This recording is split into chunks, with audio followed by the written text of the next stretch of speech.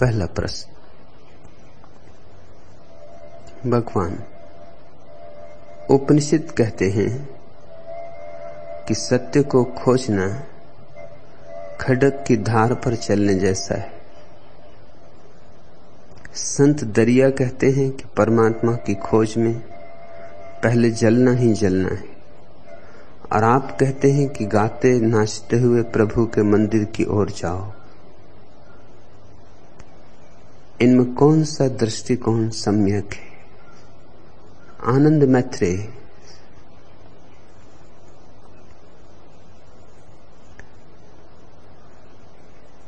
सत्य के बहुत पहलू और सत्य के सभी पहलू एक ही साथ सत्य होते, उनमें चुनाव का सवाल नहीं। जिसने जैसा देखा उसने वैसा कहा। उपनिषद की बात ठीक ही है, क्योंकि सत्य के मार्ग पर चलना जोखिम की बात है, बड़ी जोखिम, क्योंकि भीड़ असत्य में डूबी है और तुम सत्य के मार्ग पर चलोगे तो भीड़ तुम्हारा विरोध करेगी। भीड़ तुम्हारे मार्ग में हजार तरह की बाधाएं खड़ी करेगी। भीड़ तुम पर हंसेगी, तुम्हें विक्षिप्त कहेगी। भीड़ में एक सुरक्षा है। सत्य के मार्ग पर चलने वाला व्यक्ति अकेला पड़ जाता है। भीड़ उससे नाते तोड़ लेती, उससे संबंध विच्छिन्न कर लेती। समाज उसे शत्रु मानता है। नहीं तो जीसस को लोग सूली देते कि मंसूर की गर्दन काटते। वे तुम्हारे जैसे ही लोग थे जिन्होंने जीसस को सूली दी और जिन्होंने मंसूर की गर्दन काटी। अपने हाथों को गौर से देखोगे तो उनमें मंसूर के खून के दाग पाओगे। तुम्हारे जैसे ही लोग थे, कोई दुष्ट नहीं थे। भले ही लोग थे, मंदिर और मस्जिद जाने वाले लोग थे, पंडित पुरोहित थे, सदाचारी सच्चरित्र संत थे। जिन्होंने जीसस को सूली दी वो बड़े धार्मिक लोग थे, और जिन्होंने मंसूर को मारा उन्हें भी कोई अधार्मिक नहीं कह सकता। लेकिन क्या कठिनाई आ गई। जब भी आंख वाला आदमी अंधों के बीच में आता है तो अंधों को बड़ी अड़चन होती। आंख वाले के कारण उन्हें यह भूलना मुश्किल हो जाता है कि हम अंधे। अहंकार को चोट लगती, छाती में घाव हो जाते। न होता ये आंख वाला आदमी, न हम अंधे मालूम पड़ते। इसकी मौजूदगी अखरती। ये मिट जाए तो हम फिर लीन हो जाएं अपने अंधेपन में और मानने लगे कि हम जानते हैं, हमें दिखाई पड़ता है। जब जानने वाला कोई व्यक्ति पैदा होता है तो जिन्होंने थोथे ज्ञान के अंबार लगा रखे हैं उन्हें दिखाई पड़ने लगता है कि उनका ज्ञान थोथा है, उनका ज्ञान लाश है, उसमें सांसें नहीं चलती, हृदय नहीं धड़कता, लहू नहीं बहता। उन्हें दिखाई पड़ने लगता है उन्होंने फूल जो हैं बाजार से खरीद लाए हैं, झूठे हैं, कागजी हैं, प्लास्टिक के हैं। असली गुलाब का फूल न हो तो अड़चन पैदा नहीं होती, क्योंकि तुलना पैदा नहीं होती। बुद्धों का जन्म तुलना पैदा कर देता है। तुम अंधेरे घर में रहते हो, तुम्हारा पड़ोसी भी अंधेरे घर में रहता है और पड़ोसियों के पड़ोसी भी अंधेरे घर में रहते हैं। तुम निश्चिंत हो गए हो, तुम्हें अंधेरे से कोई अड़चन नहीं। तुमने मान लिया कि अंधेरा ही जीवन का ढंग है, शैली है। जीवन ऐसा ही है। अंधेरा ही है, ऐसी तुम्हारी मान्यता हो गई। फिर अचानक तुम्हारे पड़ोस में किसी ने अपने घर का दिया जला लिया। अब या तो तुम भी दिया जलाओ तो राहत मिले, या उसका दिया बुझाओ तो राहत मिले। और दिया जलाना कठिन, दिया बुझाना सरल। और दिया जलाना कठिन इसलिए भी कि कितने कितने लोगों को दिए जलाने पड़ेंगे, तब राहत मिलेगी। और बुझाना सरल, क्योंकि एक ही दिया बुझ जाए तो फिर अंधेरा स्वीकृत हो जाए।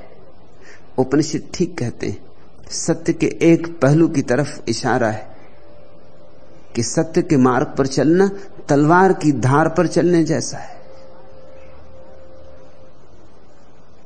और संत दरिया भी ठीक कहते हैं कि परमात्मा की खोज में जलना ही जलना है।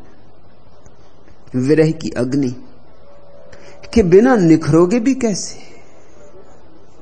जब तक विरह में जलोगे नहीं, तपोगे नहीं, राख ना हो जाओगे विरह में, तब तक तुम्हारे भीतर मिलन की संभावना पैदा ही नहीं होगी। विरह में जो मिट जाता है वही मिलन के लिए हकदार होता है, पात्र होता है। मिटने में ही पात्रता है। और जलन कोई साधारण नहीं होगी, रोआ रोआ जलेगा, कण कण जलेगा, क्योंकि समग्र होगी जलन, तभी समग्र से मिलन होगा। ये कसौटी है, ये परीक्षा है, और ये पवित्र होने की प्रक्रिया है। यही प्रार्थना है, यही भक्ति है। तो दरिया भी ठीक कहते हैं, ये दूसरा पहलू हुआ सत्य का, ये आंतरिक पहलू हुआ सत्य का। पहली बात थी जो बाहर से पैदा होगी, दूसरी बात है जो तुम्हारे भीतर पैदा होगी।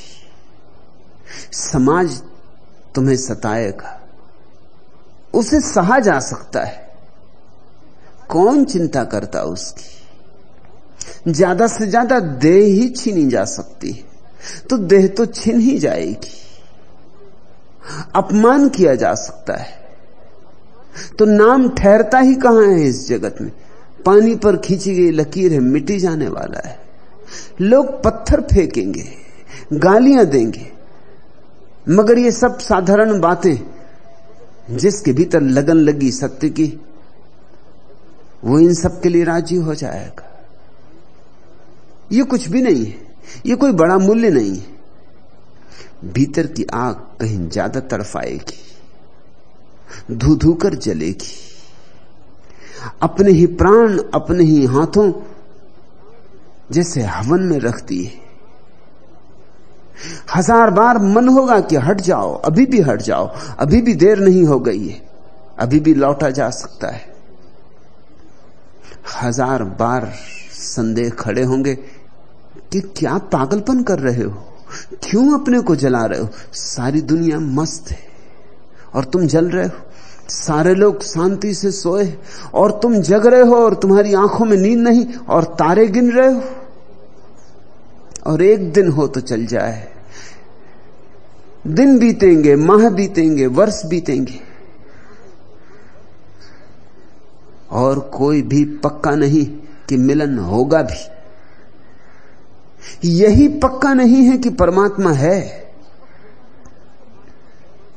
पक्का तो उसी को हो सकता है जिसका मिलन हो गया। मिलन जिसका नहीं हुआ है वह तो श्रद्धा से चल रहा है, होना चाहिए ऐसी श्रद्धा से चल रहा है, होगा ऐसी श्रद्धा से चल रहा है।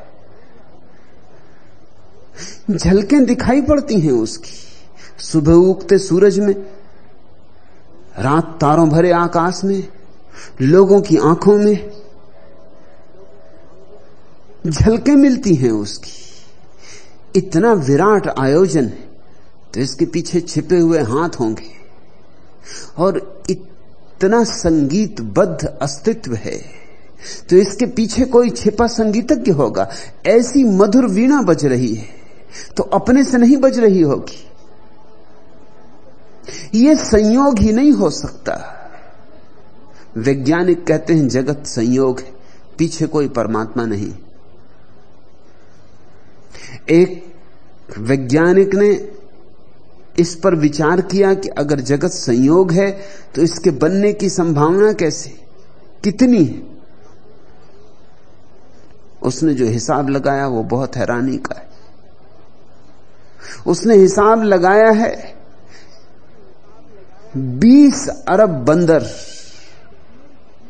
20 अरब वर्षों तक 20 अरब टाइपराइटरों पर खटापट खटापट करते रहे तो संयोग है कि शेक्सपियर का एक गीत पैदा हो जाए। संयोग है। 20 अरब बंदर 20 अरब वर्षों तक 20 अरब टाइपराइटरों को ऐसे खटरपट खटरपट करते रहे तो कुछ तो होगा ही। लेकिन शेक्सपियर का एक गीत पैदा करने में इतनी 20 अरब वर्षों की प्रतीक्षा करनी होगी। शेक्सपियर का एक गीत पैदा करने में, और यह अस्तित्व गीतों से भरा है। हजार हजार कंठों से गीत प्रकट हो रहे हैं। हजारों शेक्सपियर पैदा हुए हैं, होते रहे। और जरा तारों के इस विस्तार को, इसकी गतिमयता को, इसके छंद को तो देखो। इस अस्तित्व की सुव्यवस्था को तो देखो, इसके अनुशासन को तो देखो। जगह जगह छाप है कि अराजकता नहीं है। कहीं गहरे में कोई संयोजन बिठाने वाला हृदय, कहीं कोई चैतन्य सबको संभाले, अन्यथा सब कभी का बिखर गया होता। कौन जोड़े है इस अनंत को, इस विस्तार को कौन संभाले? तुम मरुस्थल में जाओ और तुम्हें एक घड़ी मिल जाए पड़ी हुई, तो क्या तुम कल्पना भी कर सकते हो कि ये संयोग से बन गई होगी? हजारों हजारों साल में, लाखों लाखों साल में, करोड़ों करोड़ों साल में पदार्थ मिलता रहा मिलता रहा मिलता रहा, फिर एक घड़ी बन गया। और घड़ी कोई बड़ी बात है, लेकिन एक घड़ी भी अगर तुम्हें रेगिस्तान में पड़ी मिल जाए तो भी पक्का हो जाएगा कि कोई मनुष्य तुमसे पहले गुजरा है, कि तुमसे पहले कोई मनुष्य आया है। घड़ी सबूत है। घड़ी अपने आप नहीं बन सकती। घड़ी नहीं बन सकती तो ये इतना विराट अस्तित्व कैसे बन सकता है? घड़ी नहीं बन सकती तो मनुष्य का ये सूक्ष्म मस्तिष्क कैसे बन सकता है? सिर्फ पदार्थ की उत्पत्ति, जैसा मार्क्स कहता है। मार्क्स की सुंदर कृतियां, कम्युनिस्ट मैनिफेस्टो नहीं बन सकता अकारण, और न दास कैपिटल लिखी जा सकती है अकारण। संयोग मात्र नहीं, पीछे कोई सधे हाथ है। मगर यह श्रद्धा है। जब तक मिलन न हो जाए, जब तक परमात्मा से हृदय का आलिंगन न हो जाए, जब तक बूंद सागर में एक न हो जाए, तब तक ये श्रद्धा है। श्रद्धा सम्यक है, सार्थक है, मगर श्रद्धा श्रद्धा है, अनुभव नहीं।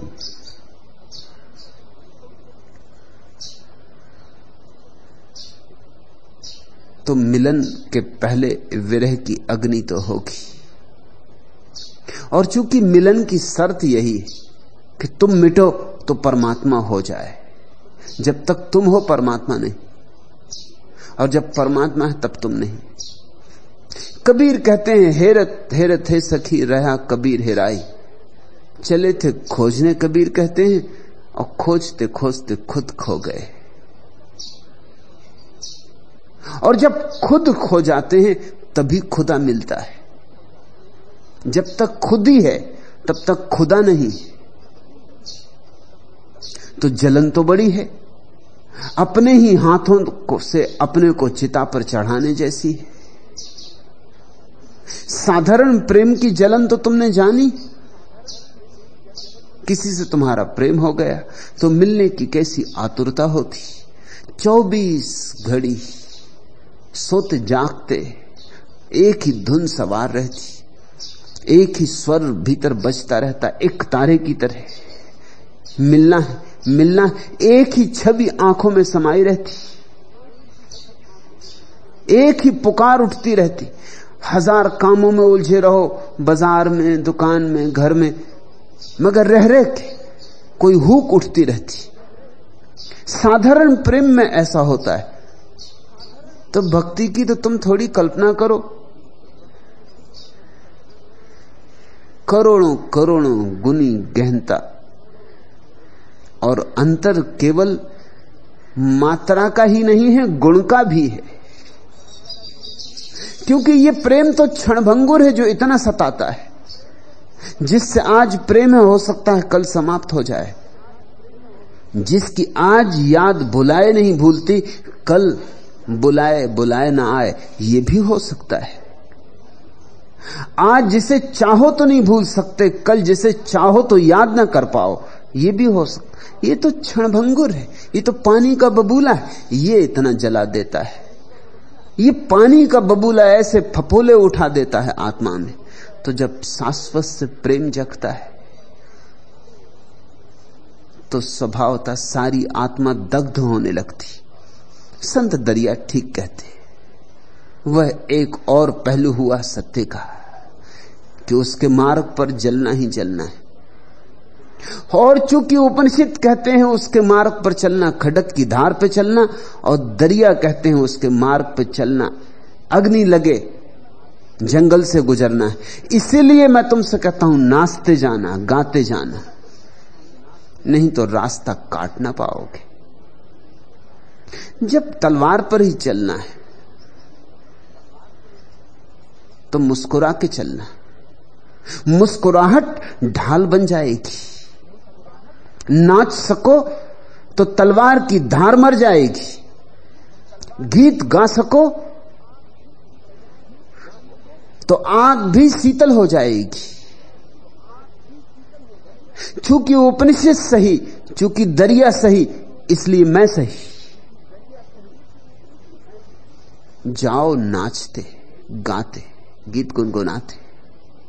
ये तीसरा पहलू, जब उस परमात्मा से मिलने चले हैं तो उदास उदास क्या। साधारण प्रेमी से मिलने जाते हो तो कैसे सच के जाते हो।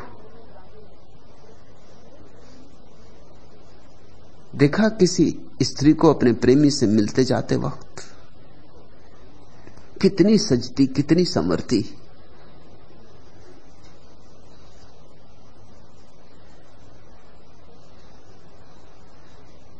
कैसी अपने को आनंद विभोर मस्त मगन करती, कैसे उसके ओंठ प्रेम के वचन कहने को तड़फड़ाते, कैसा उसका हृदय लबालब रस से भरा उंडलने को आतुर, कैसे उसका रोआ रोआ नाचता। और तुम परमात्मा से मिलने जाओगे और उदास उदास उदास उदास, ये रास्ता तय नहीं हो सकता।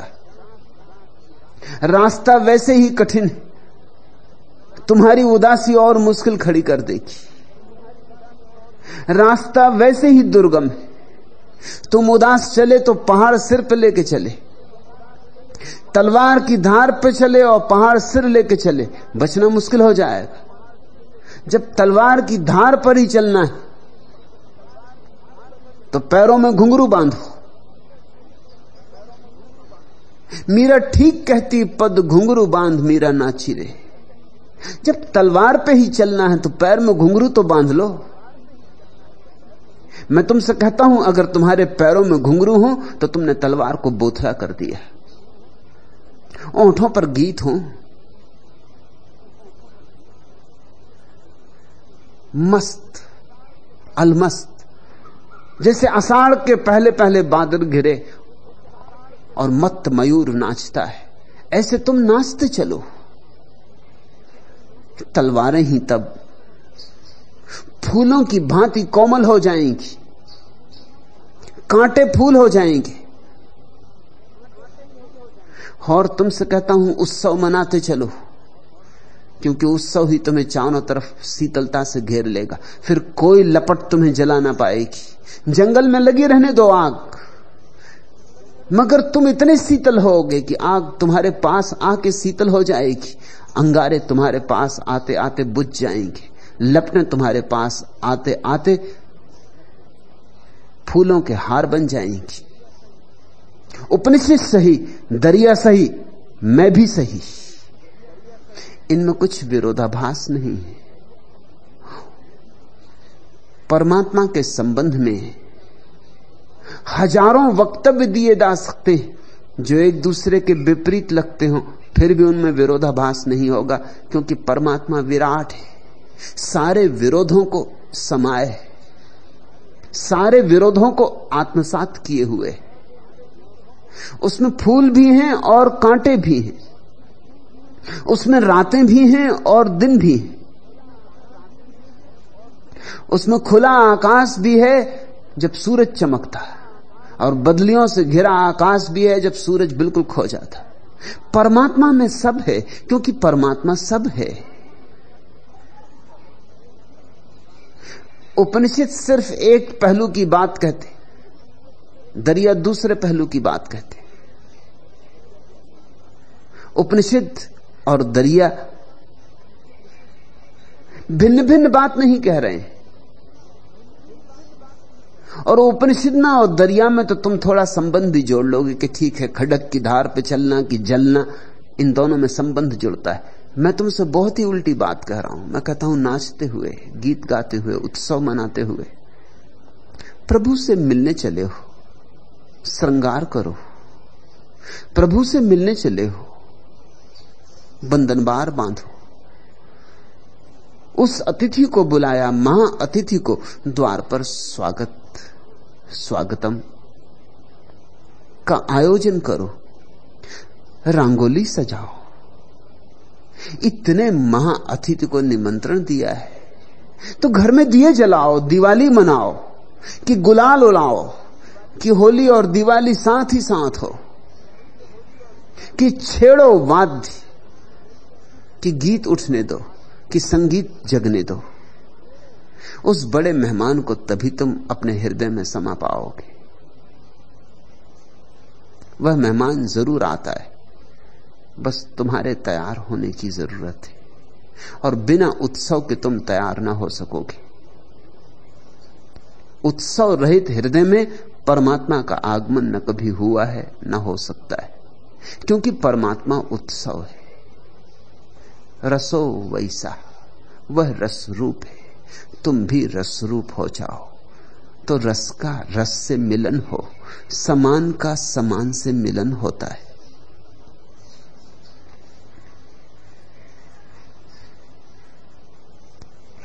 दूसरा प्रश्न, वो नगमा बुलबुले रंगी नवा एक बार हो जाए, कली की आंख खुल जाए, चमन बेदार हो जाए। निर्मल चैतन्य,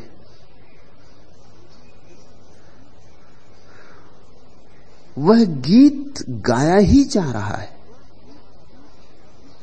वह नगमा हजार हजार कंठों से गूंज रहा है। अस्तित्व का कण कण उसे ही दोहरा रहा है, उसका ही पाठ हो रहा है चारों दिशाओं में, अहिर्निश। और तुम कहते हो वो नगमा बुलबुले रंगी नवा एक बार हो जाए। वही है, बज रहा है, सब तारों पर वही सवार है, सब द्वारों पर वही खड़ा है। तुम कहते हो एक बार, वही बार बार हो रहा है, कली की आंख खुल जाए, चमन बेदार हो जाए। कलियां खिल गई हैं, चमन बेदार है, तुम बेहोश हो। दोष कलियों को मत दो और दोष चमन को भी मत देना, और ये सोच के भी मत बैठे रहना कि वो गीत गाए तो मैं सुनने को राजी हूं। वह गीत गा ही रहा है, वह गीत है, वह बिना गाए रह ही नहीं सकता। कौन पक्षियों में गा रहा है, कौन फूलों में गा रहा है, कौन हवाओं में गा रहा है? अनंत अनंत रूपों में उसी की अभिव्यक्ति है। लेकिन अक्सर हम ऐसा सोचते, निर्मल चैतन्य ही ऐसा सोचते, ऐसा नहीं। अधिकतर लोग ऐसा ही सोचते कि एक बार परमात्मा हो दिखाई पड़ जाए, एक बार उससे मिलन हो जाए, और रोज तुम उससे ही मिलते हो मगर पहचानते नहीं। जिसमें भी आता है तुम्हारे द्वार वही आता है, मगर प्रतिविज्ञा नहीं होती।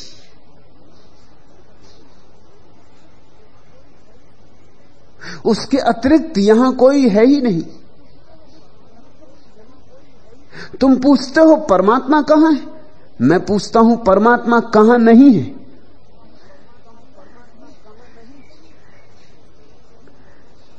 लेकिन हम बहाने खोजते, हम कहते हैं गीत बजता, जरूर हम सुनते। ये नहीं सोचते कि हम बहरे, क्योंकि अगर हम कहें हम बहरे हैं तो फिर कुछ करना पड़े, जिम्मेवारी अपने पे आ जाए। कहते हैं सूरज निकलता तो हम दर्शन करते, झुक जाते सूर्य नमस्कार में। ये नहीं कहते कि हम अंधे या कि हमने आंखें बंद कर रखी, क्योंकि ये कहना कि हमने आंखें बंद कर रखी हैं, फिर दोष तो अपना ही हो जाएगा। और जब दोष अपना हो जाएगा तो बचने का उपाय कहां रह जाएगा? सूरज नहीं निकला, इसलिए हम करें तो क्या करें? सितार नहीं बजी उसकी, तो हम करें तो क्या करें? फूल नहीं खिले उसके, तो हम नाचें तो कैसे नाचें? बहाने मिल गए, सुंदर बहाने मिल गए। इनकी ओट में अपने को छिपाने का उपाय हो जाए। वह प्यारा हमारे द्वार पर दस्तक ही नहीं दिया, तो हम कहें तो किसको कहें कि आओ?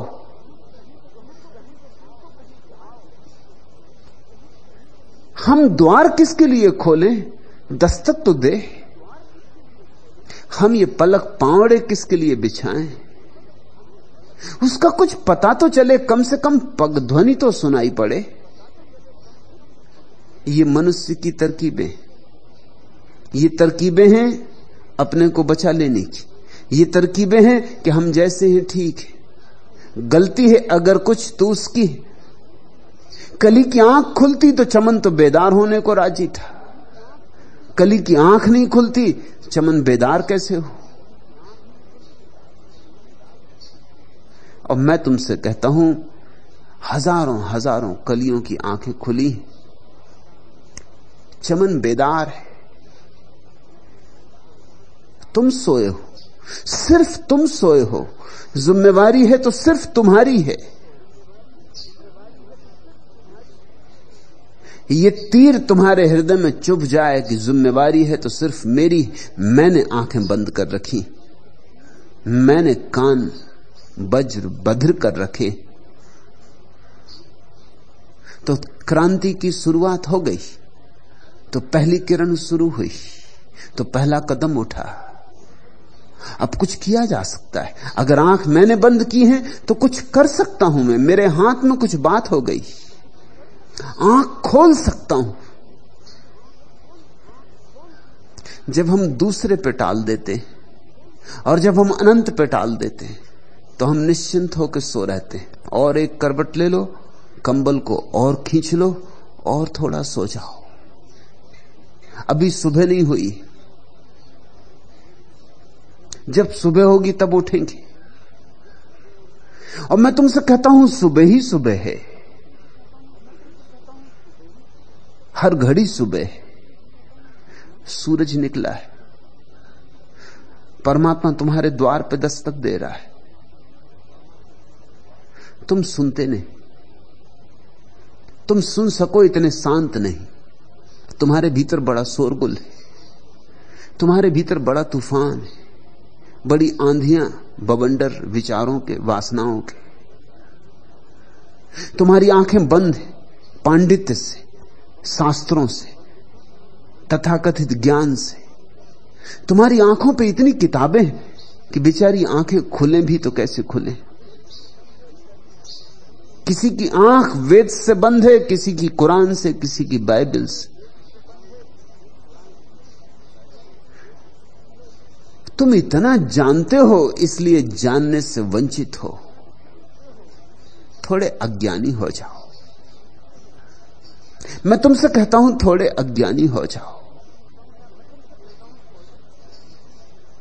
मैं अपने सन्यासियों को अज्ञानी होना सिखा रहा हूं।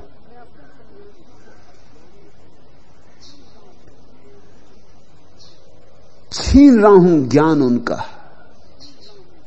क्योंकि ज्ञान ही धूल है दर्पण पर। और ज्ञान छिन जाए और दर्पण कोरा हो जाए, निर्दोष जैसे छोटे बच्चे का मन, ऐसा निर्दोष,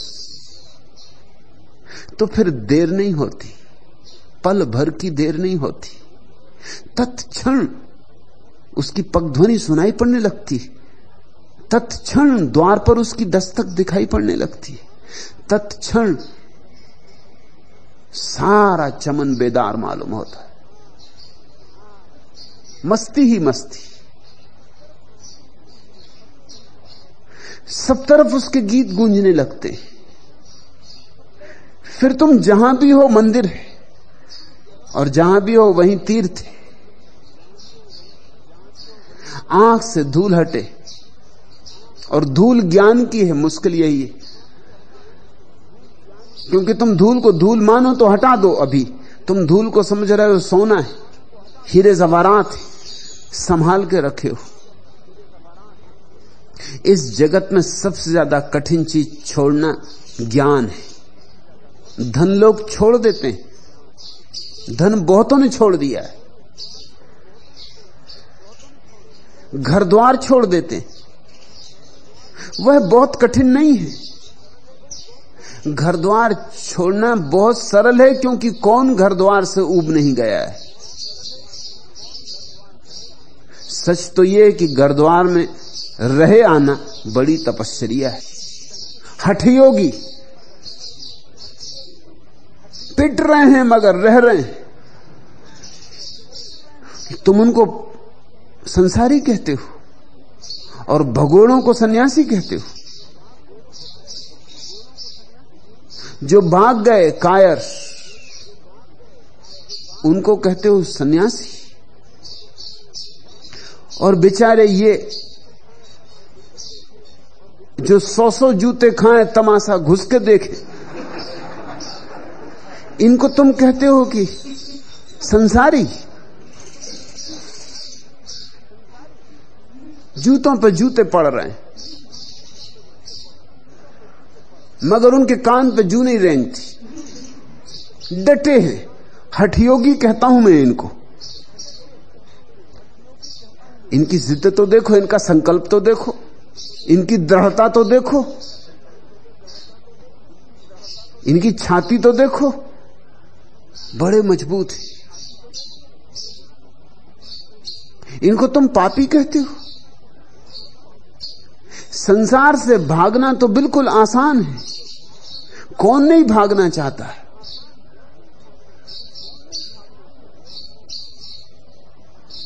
संसार में है क्या? तकलीफें ही तकलीफें, जंजाल ही जंजाल है। दुखों पर दुख चले आते, बदलियां घनी से घनी, काली से काली होती चली जाती। अंग्रेजी में कहावत है कि हर काले बादल में एक रजत रेखा होती। Every cloud has a silver line. अगर तुम संसार को देखो तो हालत बिल्कुल उल्टी। Every silver line has a cloud. हर रजत रेखा के पीछे चला आ रहा है एक बड़ा काला बादल, भयंकर बादल। वो रजत रेखा तो चमक के क्षण भर में खत्म हो जाती और फिर काला बादल छाती पे बैठ जाता जो पीछा नहीं छोड़ता। वो रजत रेखा तो वैसे ही है जैसे कि मछुआ मछली मार कांटे में आटा लगा के बंसी लटका के बैठ जाता तालाब के किनारे।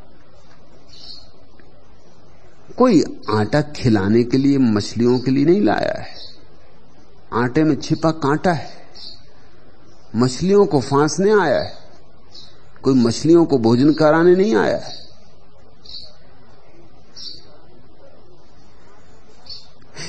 एक झील पर मछली मारना मना था, बड़ा तख्ता लगा था कि मछली मारना मना है, सख्त मना है, और जो भी मछली मारेगा उस पर अदालत में मुकदमा चलाया जाएगा। स्वभाव था उस झील में खूब मछलियां थी। मुल्ला नसरुद्दीन मजे से मछलियां मारने बैठा था वहां। आ गया मालिक बंदूक लिए। उसने कहा नसरुद्दीन तख्ती पढ़ी? नसरुद्दीन ने कहा पढ़ी।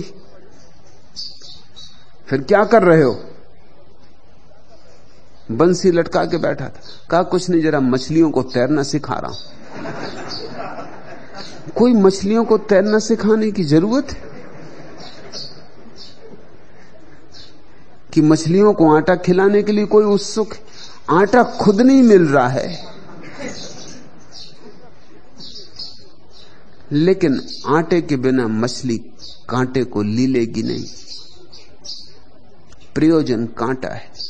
वो जो रजत रेखा चमकती बादल में, वो तो आटा है। पीछे चला आ रहा काला बादल। आशाओं की तरह रजत रेखा है। संसार में बस आशाएं हैं, उनकी पूर्ति तो कभी होती नहीं।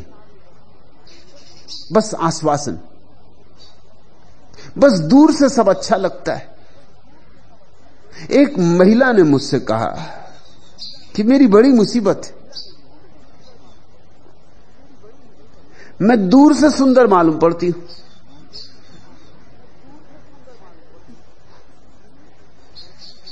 और बात सच थी। दूर से देखो तो बहुत फोटोजेनिक, चित्र उतारने की तबीयत हो जाए, लेकिन उसकी तकलीफ यह कि पास आओ तो बड़ी भद्दी हो जाती। कुछ लोग होते हैं जो दूर से सुंदर दिखाई पड़ते हैं, पास आओ तो मैं क्या करूं? तो मैंने कहा तू एक काम कर, जितनी प्याज लहसुन खा सके खा। उसने कहा प्याज लहसुन, इससे मैं सुंदर हो जाऊंगी? उसने कहा नहीं। मैंने कहा सुंदर तू नहीं हो जाएगी, मगर कोई तेरे पास नहीं आएगा।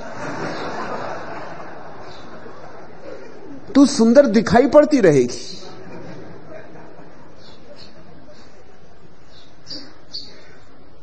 इस जगत में सब चीजें दूर से सुंदर दिखाई पड़ती, पास आओ सब विकृत होने लगता है।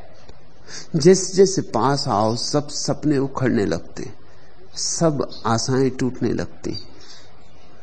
जैसे जैसे पास आओ तथ्य उभरने लगते। आटा खो जाता है और कांटा हाथ लगता है, लेकिन तब तक बहुत देर हो गई होती,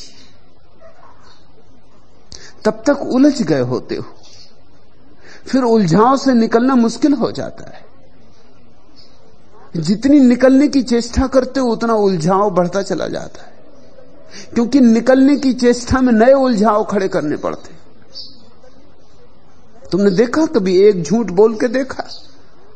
एक झूठ बोलो फिर 10 झूठ बोलना पड़ते, क्योंकि उस एक झूठ को बचाना है, और 10 बोले तो 1000 बोलने पड़ेंगे क्योंकि उनको बचाना। एक झूठ बोलकर जो फंसे तो शायद जिंदगी भर झूठ बोलने पड़े। सत्य की यही खूबी कि एक बोला कि उसके पीछे कोई सिलसिला नहीं, तुम ऐसा समझो कि सत्य बांझ, उसके बाल बच्चे नहीं होते। सत्य संतति नीमन को मानता है। झूठ पक्का हिंदुस्तानी है। जब तक दर्जन 2 दर्जन बच्चे पैदा ना कर दे तब तक झूठ का मन नहीं भरता, बस बच्चे पैदा करते चला जाता है। सबसे बड़ी झूठ आदमी ने जो बोली है वह यह है कि दोष किसी और का है। यह सबसे बड़ा झूठ है, यह बड़े से बड़ा झूठ है, यह आधारभूत झूठ है। फिर सारे झूठों के महल इसी पर खड़े होते। मैं क्या करूं? परमात्मा कहीं दिखाई नहीं पड़ता, अन्यथा मैं तो उसके चरणों में झुक जाने को राजी हूं।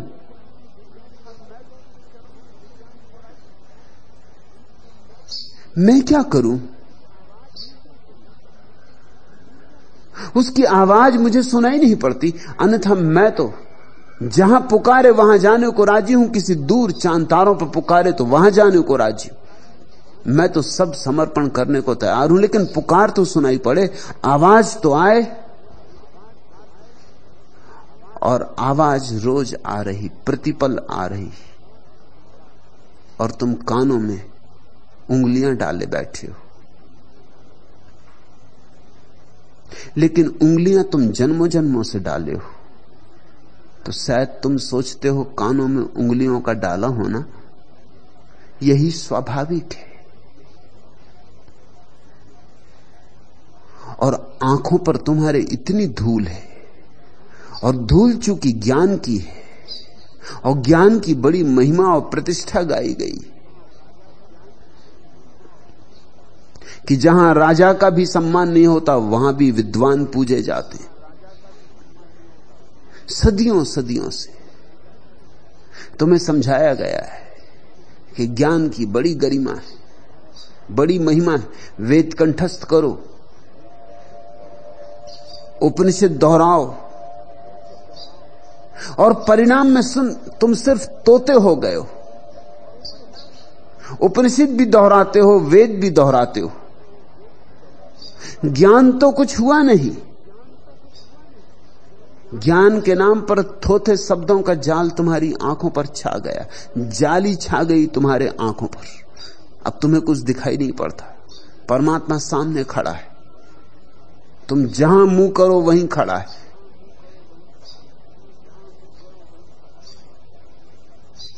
तुम उसके अतिरिक्त और किसी के संपर्क में कभी आते ही नहीं। तुम्हारी पत्नी में भी वही है, तुम्हारे पति में भी वही, तुम्हारे घर जो बेटा पैदा हुआ है उसमें भी वही फिर आया है, नया संस्करण उसका फिर। लेकिन आंख से जाली कटनी चाहिए। निर्मल चैतन्य, ज्ञान छोड़ो, ध्यान पकड़ो।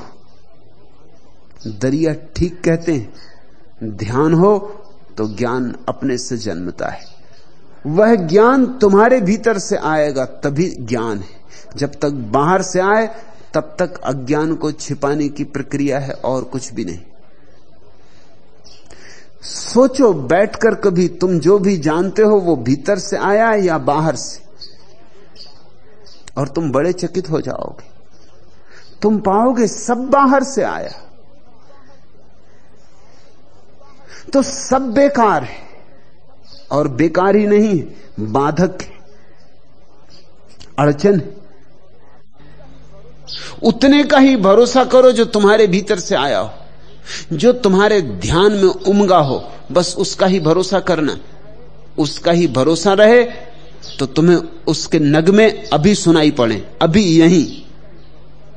उसका ही भरोसा रहे तो तुम्हें उसका सौंदर्य अभी दिखाई पड़े, अभी यहीं। अगर तुम थोड़े ज्ञान की पकड़ को छोड़ दो, फिर से अज्ञानी हो जाओ जैसे छोटे बच्चे। अज्ञान में एक निर्दोषता है। मैं तुमसे कहता हूं, पंडित नहीं पहुंचते, अज्ञानी पहुंचते। अज्ञानी से मेरा अर्थ है जिसने बाहर के ज्ञान को बिल्कुल इंकार कर दिया और जो भीतर डुबकी मार के बैठ गया और जिसने कहा कि जो मेरे भीतर अनुभव होगा वही मेरा है, से सब उधार है, बासा है, उच्छिष्ट। तुम दूसरों के जूते नहीं पहनते, दूसरों के कपड़े नहीं पहनते और दूसरों का ज्ञान उधार ले लेते हो, दूसरों का जूठा भोजन नहीं करते और हजार हजार ओंठों से जो शब्द जूठे हो गए उनको ही छाती लगा के बैठ गए हो। इससे अड़चन है, नहीं तो आंख बंद करो और उसका ही जलवा है।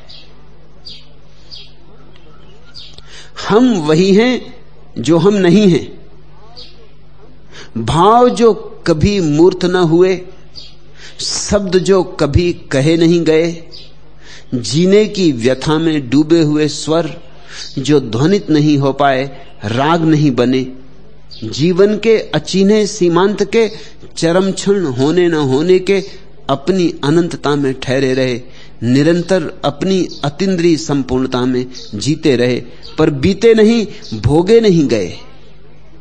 आकार रूपहीन आघात जो बस सहे ही गए, अनजाने अनचाहे आंखों की कोरों में उमड़े हुए आंसू से अनदिखे अटके ही रहे, झरे नहीं, वही हैं हम जो नहीं है।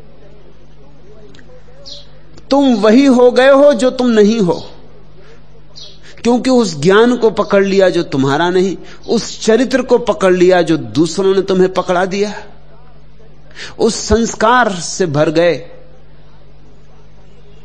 जो बासा ही नहीं है, उधार ही नहीं है, मुर्दा भी है। तुमने अपने अंतस को अवसर ही ना दिया, तुमने स्वस्फुरणा को मौका ही ना दिया, इसलिए तुम वही हो गए हो जो तुम नहीं हो, और जो तुम हो उसका तुम्हें पता भूल गया है। तुम जो हो वही परमात्मा का एक रूप है, उसे कहीं खोजने और नहीं जाना है, अपने भीतर डुबकी मारनी। खोलो निज मन के वातायन, रवि किरणों को मत रोको, भीतर आने दो। उनमें श्रद्धा और ज्ञान के अनगिन जगमग दीप जल रहे। खोलो निज मन के वातायन, मुक्त पवन को मत रोको, भीतर आने दो। उसकी लहरों में मानव ममता के सुरभित स्वप्न पल रहे। और एक बार तुम शून्य हो जाओ, शांत हो जाओ, मौन हो जाओ, तो चांद में भी वही आएगा चांदी होकर, और सूरज में भी वही आएगा सोना होकर। खोलो द्वार दरवाजे, ज्ञान के ताले मार के बैठे हो। खोलो द्वार दरवाजे, आने दो हवाओं को, बहने दो हवाओं को। अस्तित्व से संबंध जोड़ो, मंदिरों से मस्जिदों से संबंध तोड़ो, वृक्षों से, फूलों से, चांतारों से संबंध जोड़ो, क्योंकि वे जीवंत परमात्मा है। तुम मुर्दा मूर्तियों की पूजा में संलग्न हो। दिए जल ही रहे हैं, आरती उतर ही रही है, फूल चढ़े ही हैं उसके चरणों में। तुम जरा देखो, तुम जरा जागो। तुम सोए हो, तुम गहरी नींद में हो। दरिया ठीक कहते हैं, जागे में फिर जागना। इस जागने को जागना मत समझ लेना, इसमें अभी और जागना है। जागे में फिर जागना, बस यही समाधि की परिभाषा है। और जो जागे में जाग गया वह परमात्मा में जाग जाता है।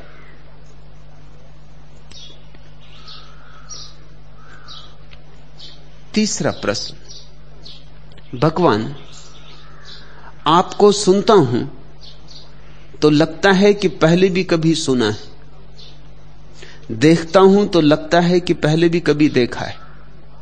वैसे मैं पहली ही बार यहां आया हूं, पहली ही बार आपको सुना और देखा है। मुझे यह क्या हो रहा है? संदीप,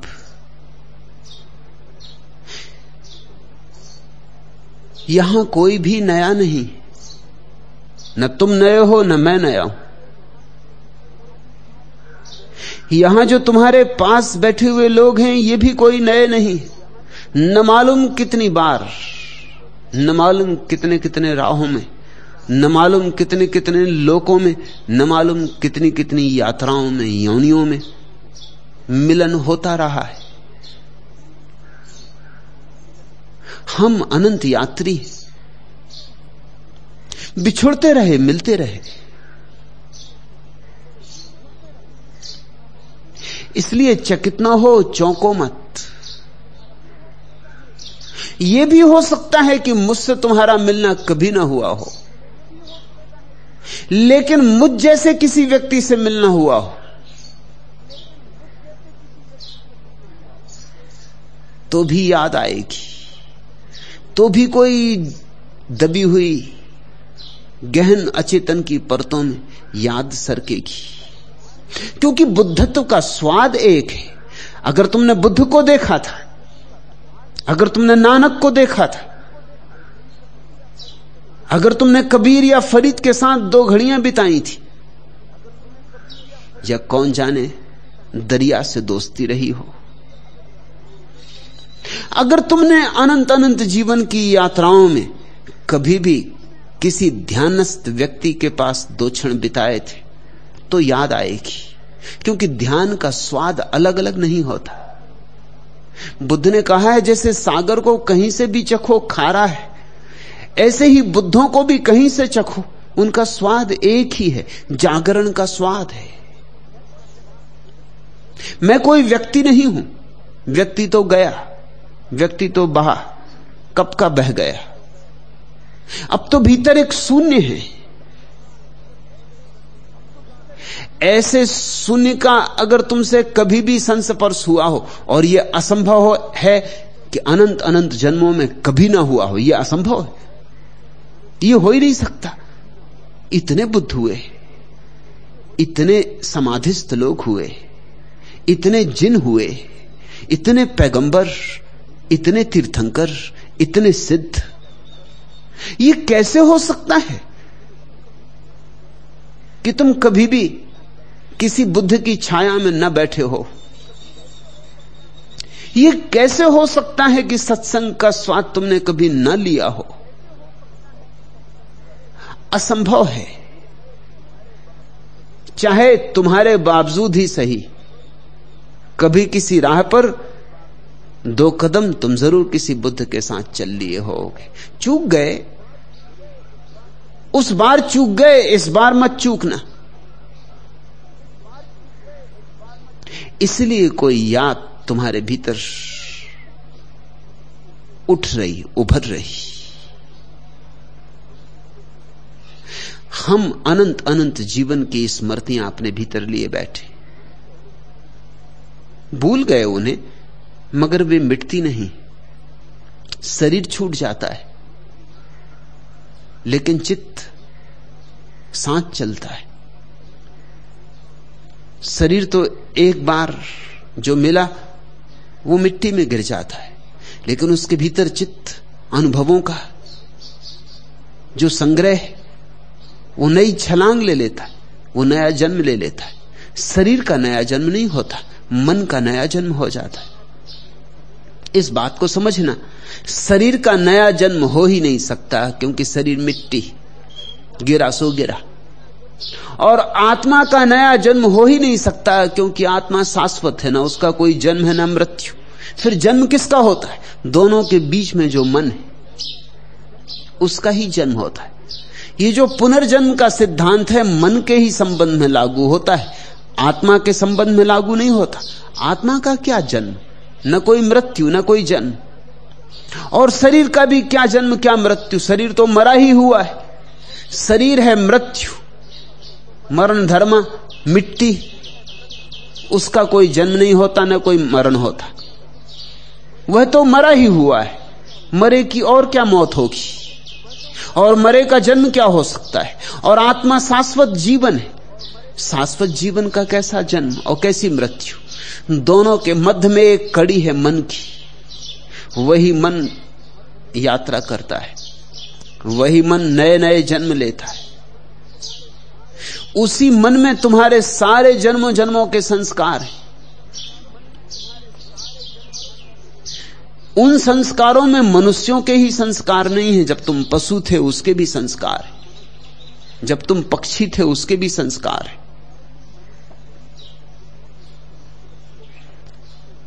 जब तुम वृक्ष थे उसके भी संस्कार है, जब तुम एक चट्टान थे उसके भी संस्कार है। तुम्हारे भीतर अस्तित्व की सारी आत्मकथा है। तुम छोटे नहीं हो, तुम्हारी उतनी ही लंबी कथा है जितनी कथा अस्तित्व की। तुम अस्तित्व के सब रंग सब ढंग जान चुके हो, पहचान चुके हो, लेकिन हर जन्म के बाद विस्मरण हो जाता है। लेकिन फिर भी किसी गहरी अनुभूति के क्षण में, किसी प्रीति के क्षण में कोई स्मृति पंख फड़फड़ाने लगती। ऐसा ही कुछ हुआ होगा संदीप। तुम कहते आपको सुनता हूं तो लगता है पहले भी कभी सुना है। जरूर सुना होगा, मुझे सुना हो या ना सुना हो, मगर मुझ जैसे किसी व्यक्ति को जरूर सुना होगा। तुम कहते देखता हूं तो लगता है कि पहले भी कभी देखा है। मुझे देखा हो न देखा हो, लेकिन जरूर कोई जलता हुआ दिया तुमने देखा होगा। और जब कोई जलते दिए को देखता है तो मिट्टी के दिए पे थोड़ी नजर जाती, ज्योति पे नजर जाती। मिट्टी के दिए तो अलग अलग हो जाते हैं, लेकिन ज्योति तो एक ही है। ज्योति तो अलग अलग नहीं होती।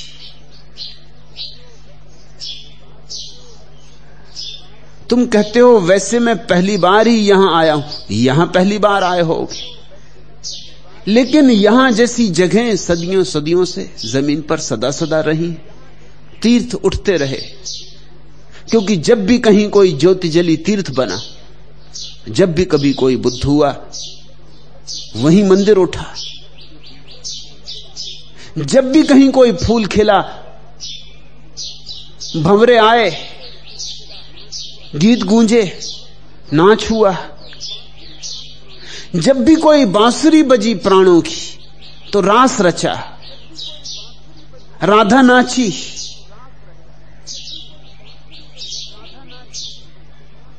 गोपियों ने मंडल बनाए, गीत गाए। सदियों सदियों में यह होता रहा। जरूर कोई झलक अतीत की, कोई स्मृति फिर जग गई होगी, इसलिए तुम्हें ऐसा लगा है। पुरवा जो डोल गई, घटा घटा आंगन में जूड़े से खोल गई। बूंदों का लहरा दीवारों को चूम गया, मेरा मन सावन की गलियों में झूम गया। श्याम रंग परियों से अंबर है घिरा हुआ, घर को फिर लौट चला बरसों का फिरा हुआ। मैया के मंदिर में अम्मा की मानी हुई, डुग डुग डुग डुग डुग बधैया फिर बोल गई, पुरवा जो डोल गई। घटा घटा आंगन में जूड़े से खोल गई। बरगद की जड़ें पकड़ चरवाहे झूल रहे, विरहा की तानों में बिरहा सब भूल रहे। अगली सहालत तक ब्याहों की बात टली, बात बड़ी छोटी पर बहुतों को बहुत खली। नीम तले चौरा पर मीरा की बार बार, गुड़िया के ब्याह वाली चर्चा रस घोल गई। पुरवा जो डोल गई, घटा घटा आंगन में जूड़े से खोल गई। खनक चूड़ियों की सुनी, मेहंदी की पातों ने कलियों पर रंग फेरा। मालिन की बातों ने धानों के खेतों में गीतों का पहरा है। चिड़िया की आंखों में ममता का सहरा है। नदिया से उमक उमक मछली वह छमक छमक, पानी की चूनर को दुनिया से मोल गई। पुरवा जो डोल गई, घटा घटा आंगन में जूड़े से खोल गई। झूले के झूमक हैं शाखों के कानों में, शबनम की फिसलन है केले की रानों में। ज्वार और अरहर की हरी हरी सारी है, नई नई फूलों की गोटा किनारी है। गांवों की रौनक है मेहनत की बाहों में, धोबिन भी पाटे पे हैया छू बोल गई। पुरवा जो डोल गई घटा घटा आंगन में जूड़े से खोल गई। जैसे कोई बहुत दिनों का दूर चला गया व्यक्ति अपने गांव वापस लौटे और हर छोटी छोटी बात याद आने लगे। पुरवा जो डोल गई घटा घटा आंगन में जूड़े से खोल गई। छोटी छोटी बातें याद आने लगे। ये गांव का मंदिर, ये गांव का पनघट, पनघट पे घटी हुई रस भरी बातें, ये गांव का पुराना बरगद, इस बरगद के नीचे खेले गए खेल, इस बरगद पर डाले गए झूले, झूलों पर भरी गई पेंगे, ये गांव का बाजार, बाजार के भरने के दिन, बाजार में खरीदे गए खिलौने, सब याद आने लगता है जैसे कोई वर्षों वर्षों बाद अपने गांव लौटा हो। बूंदों का लहरा दीवारों को चूम गया, मेरा मन सावन की गलियों में झूम गया। श्याम रंग परियों से अंबर है घिरा हुआ, घर को फिर लौट चला बरसों का फिरा हुआ। मैया के मंदिर में अम्मा की मानी हुई, डुग डुग डुग डुग डुग बुधैया फिर बोल गई। पुरवा जो डोल गई घटा घटा आंगन में जूड़े से खोल गई। ऐसा ही कुछ हो रहा है तुम्हें, कहीं फिर लौट आए हो जहां कभी आना हुआ था। यह बात स्थान की नहीं है, समय की नहीं है, यह बात आत्मा की एक दशा की है। इन स्मृतियों को दबा मत देना, तर्क जाल में डुबा मत देना, बुद्धि के विश्लेषण में नष्ट भ्रष्ट मत कर डालना। इन स्मृतियों को उठने दो, फैलाने दो पंख, इन स्मृतियों को छाने दो, क्योंकि ये स्मृतियां तुम्हें याद दिलाएंगी कि पहले भी चूक गए थे, अब की बार न चूक जाना। ऐसा हुआ महावीर के जीवन में उल्लेख। एक राजकुमार ने महावीर से दीक्षा ली। राजकुमार महलों में रहा, सुख सुविधाओं में पला, फिर महावीर के साथ जिस धर्मशाला में ठहरना पड़ा, नया नया सन्यासी था, उसे जगह मिली बिल्कुल दरवाजे पर।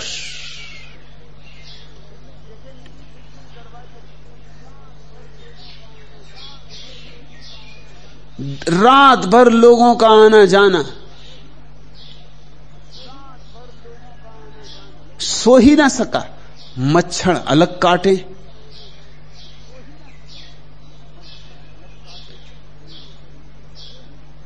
जमीन कड़ी, बिना बिस्तर के सोना, न तकिया पास, हाथ का ही तकिया। कभी ऐसे सोया नहीं था। और ऐसी बेहूदी जगह, धर्मशाला का दरवाजा जिस पे दिन भर भी लोग, रात भर भी लोग, फिर कोई आया, फिर किसी ने द्वार खटखटाया, फिर कोई मेहमान आया, फिर द्वार खोले गए, फिर मेहमान भीतर लिया गया।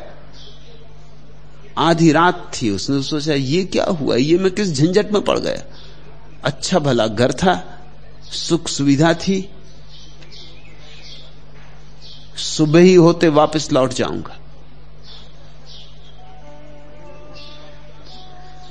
सोचा था कि चुपचाप ही लौट जाए, महावीर को कुछ कहना ठीक नहीं, पर राजकुमार था, संस्कारी था, सोचा कि ये तो उचित ना होगा। दीक्षा ली है तो कम से कम उनको नमस्कार करके, क्षमा मांग के कि नहीं मुझसे ना सदेगी, लौट जाऊं। जैसे ही महावीर के पास पहुंचा, झुक के नमस्कार किया। महावीर ने कहा तो इस बार फिर लौट चले। बड़ा हैरान हुआ राजकुमार। उसने कहा, इस बार? मैं तो पहली ही बार आपके पास आया हूं। क्या कभी पहले भी लौट गया हूं? महावीर ने कहा, ये तुम दूसरी बार लौट रहे हो।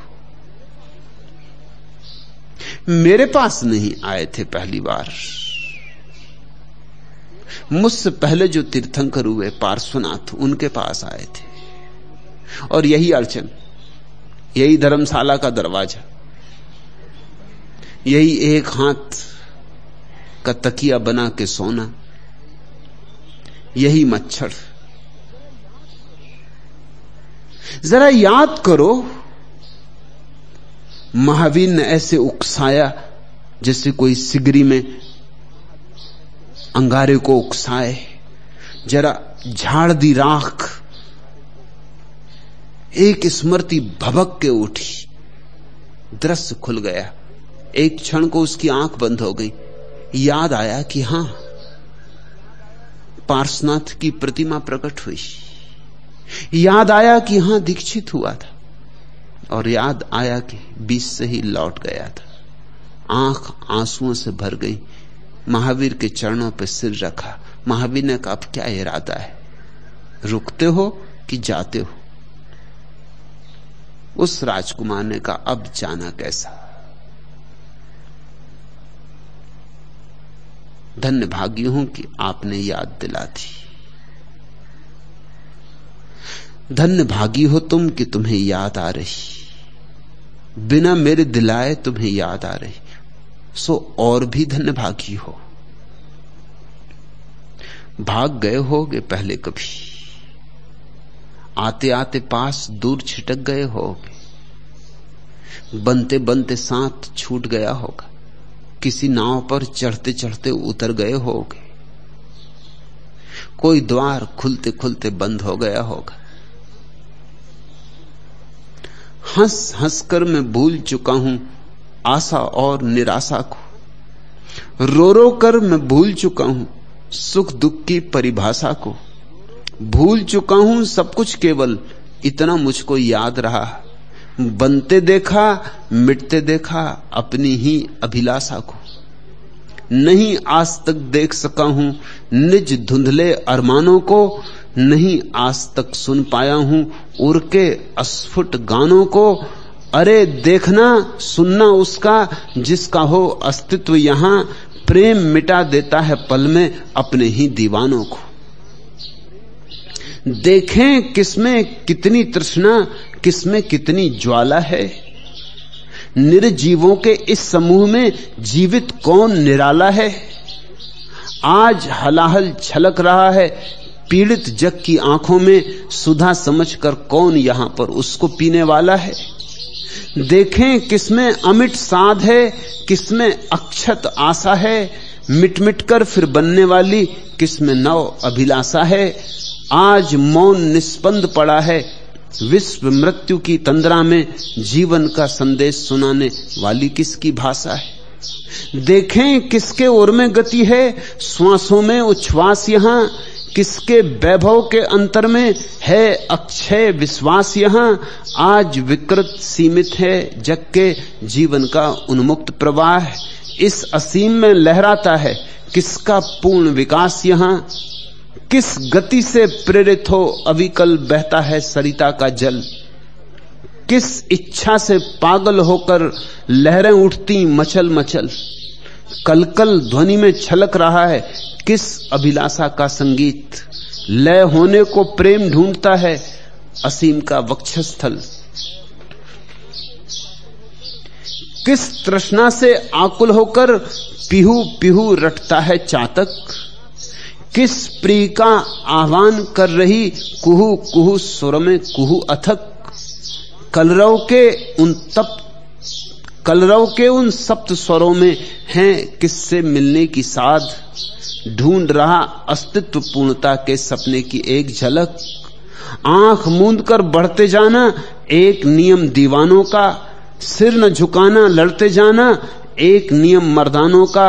श्वासों में गति उर में गति है यहां प्रगति ही एक नियम, गति बनना, गति में मिल जाना, एक नियम गतिवानों का।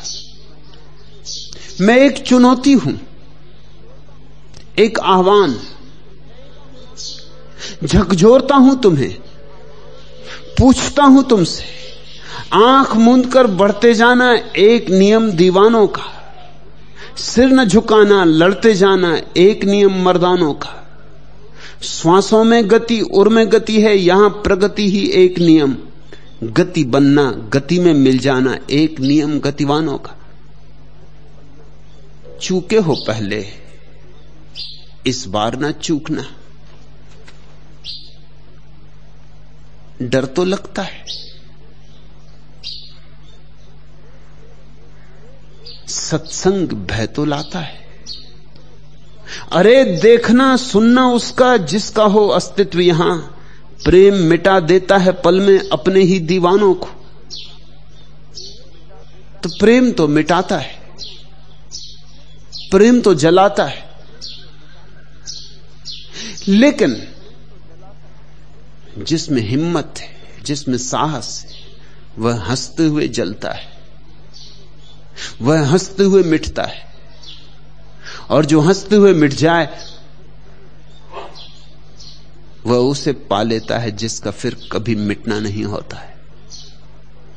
देखें किसमें अमिट साध है, किसमें अक्षत आशा है, मिट मिट कर फिर बनने वाली किसमें नव अभिलाषा है। देखें किसके उर में गति है, श्वासों में उच्छ्वास यहां, किसके वैभव के अंतर में है अक्षय विश्वास यहां। मैं एक अवसर हूं कि तुम्हें मिटा दूं, जैसे मैं मिट गया हूं वैसे तुम्हें मिटा दूं। भागने का मन बहुत होगा, बचने की बहुत चेष्टा होगी। स्वाभाविक है वह मन, वह चेष्टा, लेकिन स्वभाव से ऊपर उठने में ही मनुष्य की गरिमा है। स्वभाव के अतिक्रमण में ही मनुष्य की दिव्यता है। संदीप, चिंता मत करना। तुम पूछते हो मुझे यह क्या हो रहा है, तुम सोचते होगे मैं कोई पगला तो नहीं रहा हूं, कोई मस्तिष्क खराब तो नहीं हो रहा है, यहां पहले कभी आया नहीं, लगता है पहले आया हूं, पहले कभी देखा नहीं, लगता है पहले देखा है, पहले कभी सुना नहीं, लगता है सुना है। कहीं मेरा मस्तिष्क डमाडोल तो नहीं हुआ जा रहा है, कहीं मैं अपना संयम, अपना नियंत्रण तो नहीं खोए दे रहा हूं। ऐसा विचार उठना स्वाभाविक है, लेकिन इस विचार से ही जो अटक जाते वे कभी अतिक्रमण ना कर पाएंगे, वे कभी अपने ऊपर आंखें ना उठा पाएंगे, वे कभी बुद्धि के ऊपर जो है उसका संस्पर्श ना कर पाएंगे। और जो है संस्पर्श करने योग वो बुद्धि के पार है। दरिया ने कहा ना, न चित्त वहां पहुंचता, न मन वहां पहुंचता, न बुद्धि वहां पहुंचती, न शब्द की वहां गति है, सब पीछे छूट जाता है, सिर्फ शुद्ध चैतन्य मात्र वहां पहुंचता है। जब मैं कहता हूं कि मैं तुम्हें पूरा मिटाना चाहता हूं तो उसका इतना ही अर्थ है कि सिर्फ शुद्ध चैतन्य तुम्हारे भीतर रह जाए और सब तुमसे अलग हो जाए और सबसे तुम्हारा तादात्म्य टूट जाए। सिर्फ एक साक्षी भाव, मात्र साक्षी भाव ही तुम्हारे भीतर गहन हो जाए, फिर तुम्हारे लिए रहस्यों के द्वार खुलेंगे, खजाने जो कभी फिर चुकते नहीं, अमृत जिसकी हम जन्मों जन्मों से तलाश कर रहे हैं और खोज नहीं पाए। और मजा यह कि जिसे हम दूर खोज रहे हैं वह बहुत पास है, पास से भी पास है।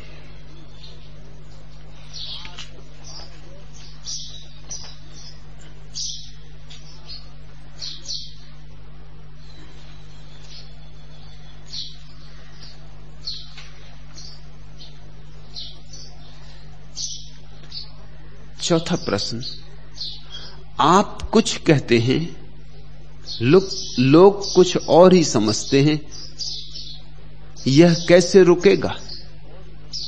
हरिदास, यह कभी रुकेगा नहीं, यह रुक ही नहीं सकता। यह सदा सदा से चला आया नियम है। रघुकुल रीत सदा चली आई।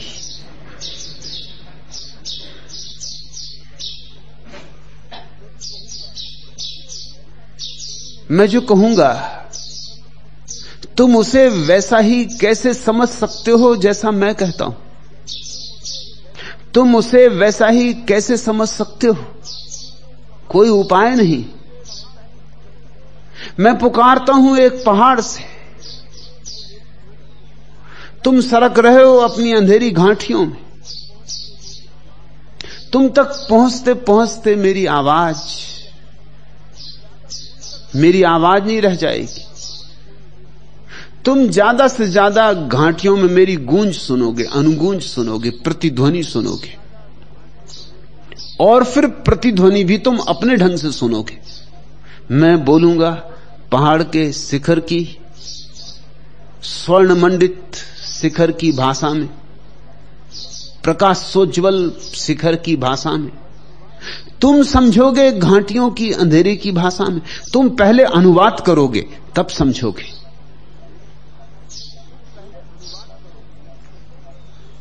एक भाषा से दूसरी भाषा में अनुवाद करने में ही बहुत कुछ खो जाता है।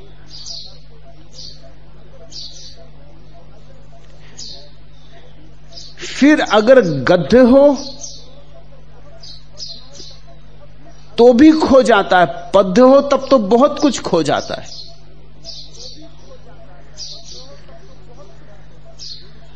लेकिन ये तो मामला उन भाषाओं का है जो एक ही सतह की हैं, घाटी की भाषाएं। एक कोने में एक भाषा बोली जाती, घाटी के दूसरे कोने में दूसरी भाषा बोली जाती, लेकिन दोनों गुणात्मक रूप से अंधेरे की भाषाएं। जब प्रकाश उज्जवल शिखर से कोई पुकारता है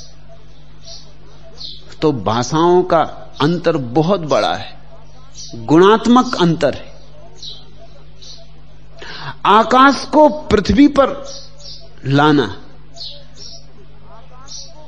अदृश्य को दृश्य में लाना, निशब्द को शब्द में लाना, शून्य को भाषा के वस्त्र पहनाने, सब अस्त व्यस्त हो जाता है। फिर तुम समझोगे ना, तुम अपने ही चित्त से समझोगे, और तो तुम्हारे पास समझने का भी कोई उपाय नहीं। अभी तुमने ध्यान तो जाना नहीं। अगर तुम ध्यान में बैठकर मुझे सुनो तो तुम वही समझोगे जो मैं कह रहा हूं। लेकिन लोग मुझसे पूछते हैं कि पहले हम आपको समझें तब तो ध्यान करें, पहले हमें भरोसा आ जाए कि आप जो कहते हैं ठीक ही कहते हैं, तब तो हम ध्यान की झंझट में पड़े।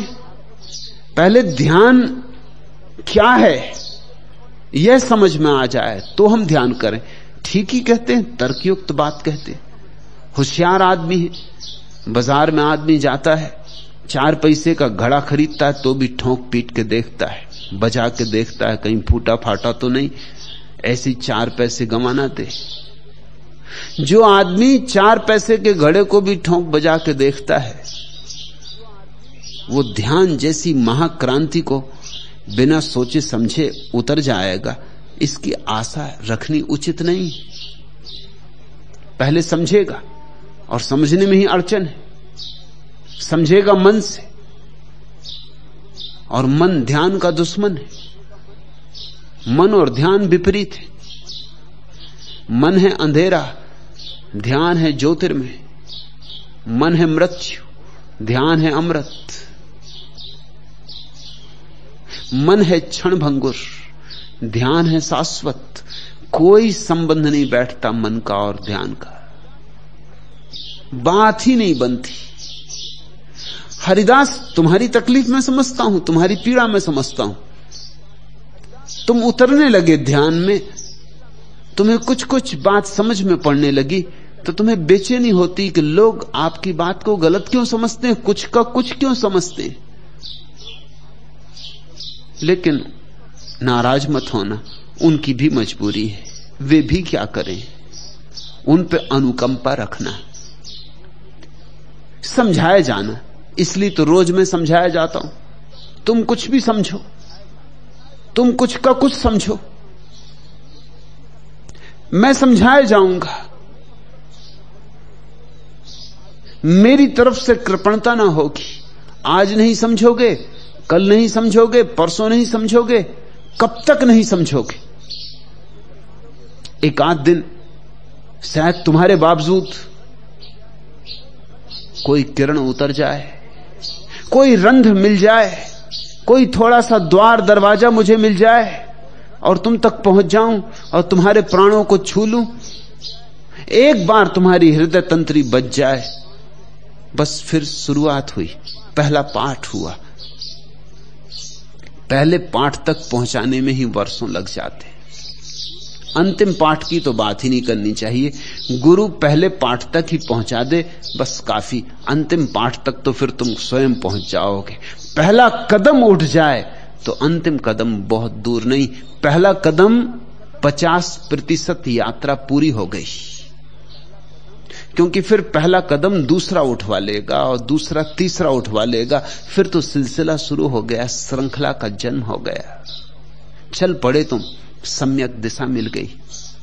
मगर साधारणता तो लोग भीड़ भाड़ बाजार में कुछ का कुछ समझते ही रहेंगे।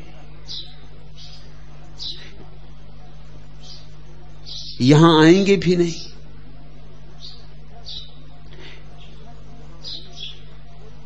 मुझसे सीधा सुनेंगे भी नहीं, कोई उन्हें सुनाएगा, उसने भी किसी से सुना होगा।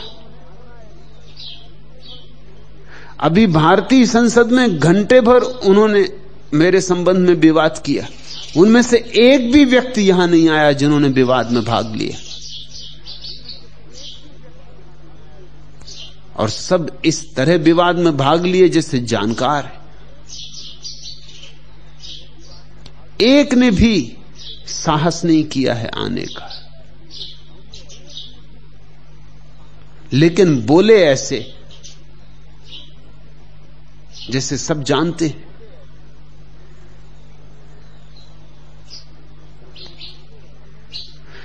जैसे मैं जो कह रहा हूं उसको समझते हैं, जैसे मैं जो यहां कर रहा हूं उसकी उन्हें पहचान है।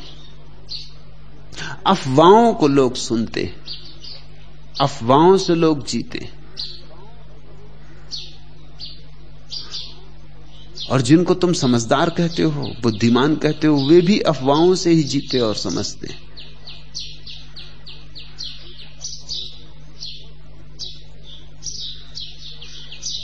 मुल्ला नसरुद्दीन से उसका एक मित्र बहुत परेशान हो गया था, क्योंकि मुल्ला ने उससे कुछ रुपया उधार लिया था।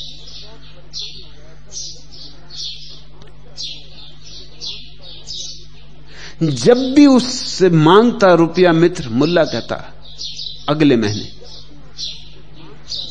और अगला महीना कभी आता ही नहीं। आखिर उसने एक दिन कहा कि तुम हर बार यही कहते हो अगला महीने, फिर देते तो नहीं।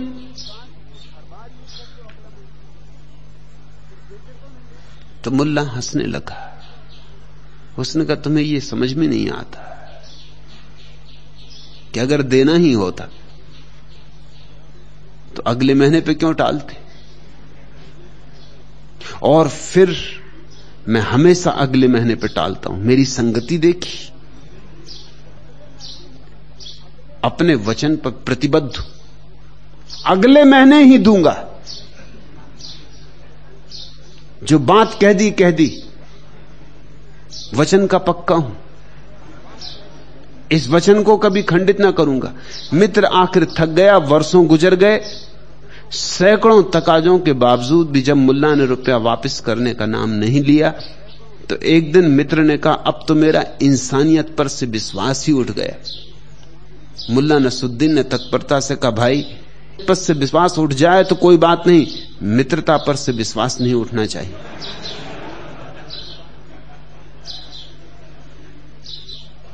अपने अपने ढंग हैं, अपनी अपनी समझ है, शब्दों के अपने अपने अर्थ हैं। एक कवि का विवाह हुआ, प्रथम मिलन में ही कवि ने बड़े प्यार से अपनी बीबी से कहा, मेरी एक कविता सुनोगी? बीबी तत्काल बोली, छोड़िए भी, कोई अच्छी बात करिए।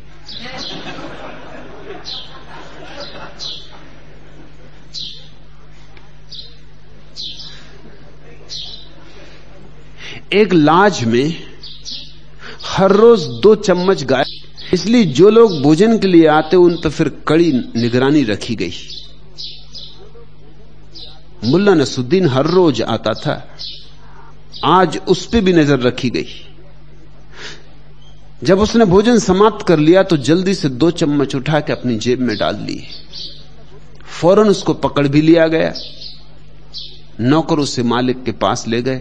मालिक ने कहा, बड़े मियां, आप देखने से तो बड़े भोले भाले मालूम पड़ते, फिर आपको ये चोरी क्या शोभा देती?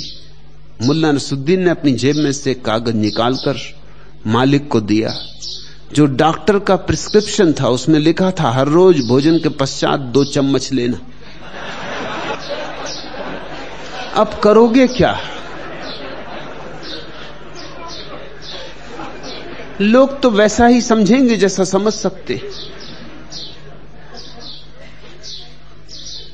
तुम पूछते हो, आप कुछ कहते हैं, लोग कुछ और ही समझते। स्वाभाविक, जरा भी इसमें कुछ अघट नहीं हो रहा है, ऐसा ही सदा होता रहा है। और तुम पूछते हो, हरिदास यह कैसे रुकेगा? यह रोकने वाला नहीं, कुछ के लिए रुक जाएगा। जो मेरे पास आ जाएंगे, जो मेरे निकट हो जाएंगे, जो मेरे सामीप्य, तो कुछ का कुछ सोचती ही रहेगी, कहती ही रहेगी। यही बुद्ध के साथ हुआ, यही महावीर के, यही मोहम्मद के, यही जीसस के, यही सदा हुआ है, यही आज भी होगा, यही कल भी होता रहेगा। भीड़ बहुत क्षुद्र बातों को ही समझ सकती है, बाजारू बातों को समझ सकती है। उसने आकाश की तरफ आंख उठा के कभी देखा भी नहीं, फुर्सत भी नहीं, आकांक्षा भी नहीं। यानी सुनी, सागर का एक मेंढक एक बार एक कुएं में चला आया। कुएं के मेंढक ने पूछा कि मित्र, कहां से आते हो? उसने कहा, सागर से आता हूं। कुएं के मेंढक ने तो सागर शब्द सुना ही नहीं था। उसने कहा, सागर? ये किस कुएं का नाम?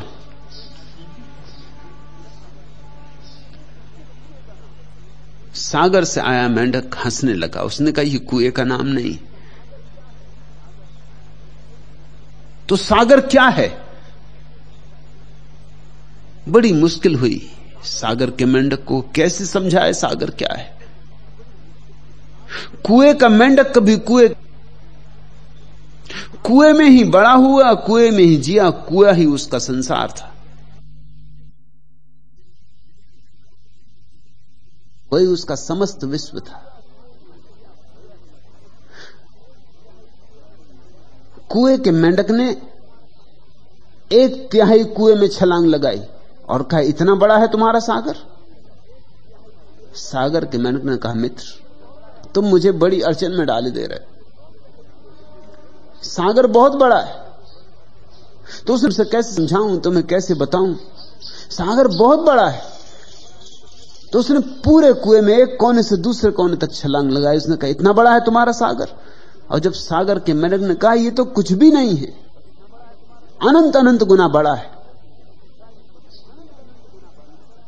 तो कुएं के मेंढक ने कहा, तेरे जैसा झूठ बोलने वाला मेंढक मैंने कभी देखा नहीं। बाहर निकल, किसी और को धोखा देना। तूने मुझे समझा क्या है? मैं कोई बुद्धू नहीं हूं कि तेरी बातों में आ जाऊं, मगर इसी वक्त बाहर निकल। इस तरह के झूठ बोलने वालों को इस कुएं में कोई जगह नहीं। तो एथेंस के जजों ने यह निर्णय लिया कि या तो तुम मरने को राजी हो जाओ और या फिर तुम जो बातें कहते हो वो बातें कहना बंद कर दो। दो में से कुछ भी चुन लो। तुम जो बातें कहते हो वो बंद कर दो तो तुम जी सकते हो, और अगर तुम उन बातों को जारी रखोगे तो सिवाय मृत्यु के और कोई उपाय नहीं। फिर मृत्यु के लिए राजी हो जाओ। सुकरात बातें क्या कह रहा था? सागर की बातें कर रहा था कुएं के लोगों से, और कुएं के भीतर रहने वाले लोग सागर की बात सुनकर ना अदालत ने किया था कि तुम लोगों को बिगाड़ते हो। सुकरात लोगों को बिगाड़ता है। सत्य की ऐसी शुद्ध अभिव्यक्ति बहुत कम लोगों में हुई जैसी सुकरात। सुकरात लोगों को बिगाड़ता है, यह अदालत का फैसला था। अदालत एथेंस के सबसे ज्यादा बुद्धिमान लोगों से बनी थी। एथेंस में जो सबसे ज्यादा प्रतिभाशाली लोग थे वही उस अदालत के न्यायाधीश थे। उन्होंने एक मत से निर्णय दिया था कि तुम चूको लोगों को बिगाड़ते हो, खासकर युवकों को, क्योंकि बूढ़े तो तुम्हारी बातों में आने से रहे चुके हैं। क्या मान ही नहीं सकते कि कुएं से भिन्न कुछ और हो सकता है। जवान वह जो भी कुएं में नया नया आया है और जो सोचता है कि हो सकता है कुएं से भी बड़ी चीज हो, कौन जाने। जवान में जिज्ञासा होती, खोज होती, साहस भी होता है, नए को सीखने की तमन्ना भी होती। बूढ़ा तो सीखना बंद कर देता है।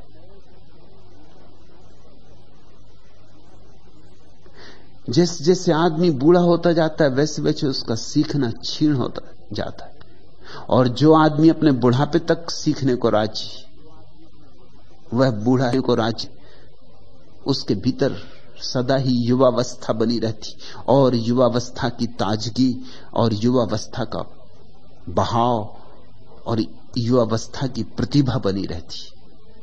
लेकिन लोग तो जल्दी बूढ़े हो जाते।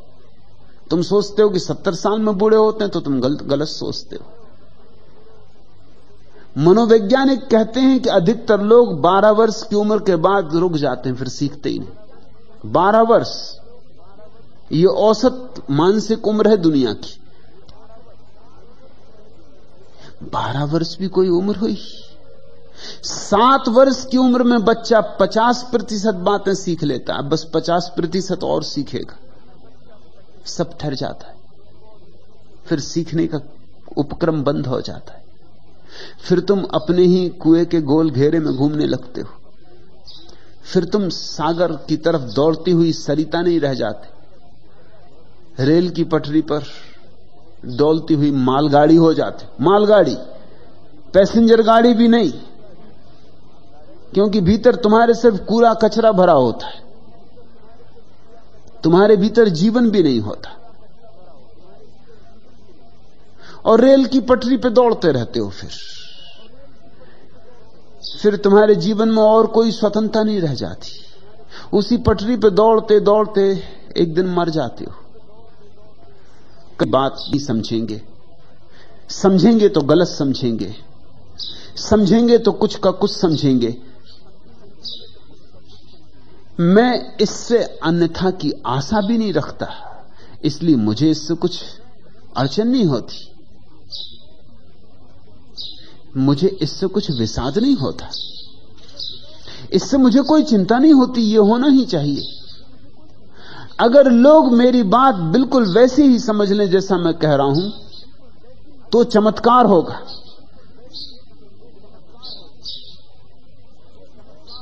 ऐसा चमत्कार न तो कभी हुआ है न हो सकता है। अभी मनुष्य से इतनी आशा करनी असंभव है। इतनी हसीन आग है ये, जल के देखिए, तनकर खड़ी हैं चोटियां जो टूट जाएंगी। बेहतर है इस हवा में आप ढल के देखिए, गल गल के बहे जा रहे हैं धूप में पहाड़। गलना भी एक जिंदगी है, गल के देखिए। फूलों से रंगी गंध है, गंधों से रंगी धूप, साए हैं उड़ रहे किसी आंचल के देखिए। कल तक तो फूल भी न खिल सके थे बाग के, तिनके भी आज हैं खड़े खिल खिल के देखिए। मगर ये अनुभव की बात, आओ पास, चखो मुझे, पियो मुझे। आंख खोलने को राजी नहीं, फिर कैसे उन्हें समझाओ? समझाए जाऊंगा, 100 को समझाऊंगा, 10 सुनेंगे, 90 तो सुनेंगे ही नहीं। 10 सुनेंगे, शायद एकाध समझे, पर उतना भी काफी पुरस्कार है, उतना भी काफी तृप्तिदायी है। अगर थोड़े से फूल भी खिल जाएं, अगर थोड़े टूट जाए और फिर एक दिया जल जाए, तो उससे और बुझे दियों को जलाया जा सकता है। बुद्धों की एक श्रृंखला पैदा करने का आयोजन है। सन्यास उसी दिशा में उठाया गया पहला कदम। सन्यास का अर्थ है आओ मेरे करीब। सन्यास का अर्थ है घोषणा करो अपनी तरफ से कि तुम सामीप्य के आकांक्षी हो। है खा रही जमीन सितारों के फासले, कितनी हसीन आग है ये जल के देखिए। तनकर खड़ी हैं चोटियां, और गलना भी एक जिंदगी है, गल के देखिए। वे थोड़े से लोग ही समझ पाएंगे जो गलेंगे मेरे साथ, जो इस आग से नाचते हुए गुजरेंगे मेरे साथ। बाकी तो कुछ का कुछ समझेंगे, उन्हें समझने दो, उनकी चिंता भी ना लो, उनकी उपेक्षा करो, दया रखना उन पर, क्रोध मत लाना, क्योंकि उनका कोई कसूर नहीं। ऐसी ही उनकी मन की दशा है, इतनी ही उनकी पात्रता है, इतनी ही उन अपने दिए खुद बनो। अपने माझी स्वयं बनो, किसी और के कंधे का सहारा न लेना। खुद खाओगे तो तुम्हारी भूख मिटेगी, खुद पियोगे तो तुम्हारी प्यास मिटेगी। सत्य को स्वयं जानोगे तो ही, केवल तो ही संतोष की वीणा तुम्हारे भीतर बजेगी। मेरा जाना हुआ सत्य तुम्हारे किसी काम का नहीं, मैं तुम्हें सत्य नहीं दे सकता। माझी नहीं है आज, माझी मैं स्वयं इस नाव का हूं। मैं नहीं स्वीकार करता जलधि की छलनामयी मनुहार में रंगीन लहरों का निमंत्रण। आज तो स्वीकार मैंने की जलधि की अनगिनत विकराल इन उद्दाम लहरों की चुनौती। आज मेरे सधे हाथों में थमी पतवार, लहरें नाव को आकाश तक फेंकें भले ही, जाएं ले पाताल तक वे साथ अपने, किंतु पाएंगी न इसको लील। उनकी हार निश्चित, नाथ लेगी नाक सी विकराल लहरों को, हृदय की आस्था की डोर। लहरें शीश पर ढोकर स्वयं वार उठाओ, थोड़ी पतवार चलाओ, हाथ सध जाएंगे। परमात्मा ने तुम्हारे हाथ इस योग बनाए हैं कि सध सकते हैं, सधना उनकी क्षमता है। बैसाखियों पे ना चलो, अपने पैरों पे चलो, अपने माझी बनो और घबराओ मत। सागर की जो उद्दाम लहरें तुम्हें पुकार रही हैं, वे ही तुम्हें परमात्मा किनारे तक ले जाएंगी। चुनौतियां ही अवसर है, चूको मत। हर चुनौती को अवसर बना लो। राह पर पड़े पत्थर ही सीढ़ियां बन जाएंगे। तुम जरा संभलो, तुम जरा जागो, हो।